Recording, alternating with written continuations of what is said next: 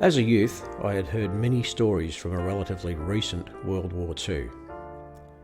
I vividly remembered tales of the Japanese invasion of Australia. When war broke out in Vietnam, I saw it as my duty to volunteer to defend Australia against the threat from communists. I eagerly enlisted in the Australian Army in 1968 at the age of 17.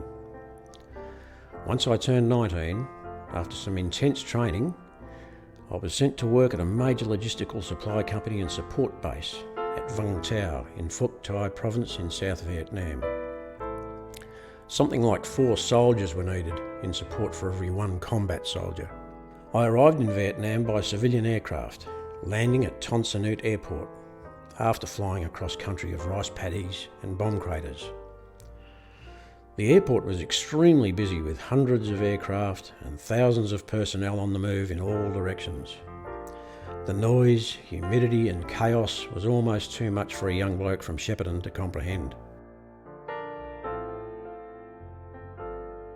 After the first few weeks of initiation, we settled into working 7 days a week to support our fighting troops.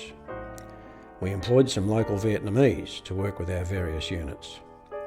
They ranged from weapons technicians to clerks and cleaners, and we got along quite well, except for the occasional infiltrator who got past security. I got to know our weapons technician, Mr. Ling. As I explained my life in Australia, he expressed incredulity that I could travel from my army base in Brisbane to my home in Melbourne without encountering any Viet Cong and being shot at. I realised then that these people had a much different perception of the world than us. I realised how lucky we were to live in Australia. Ling had known nothing but war his whole life.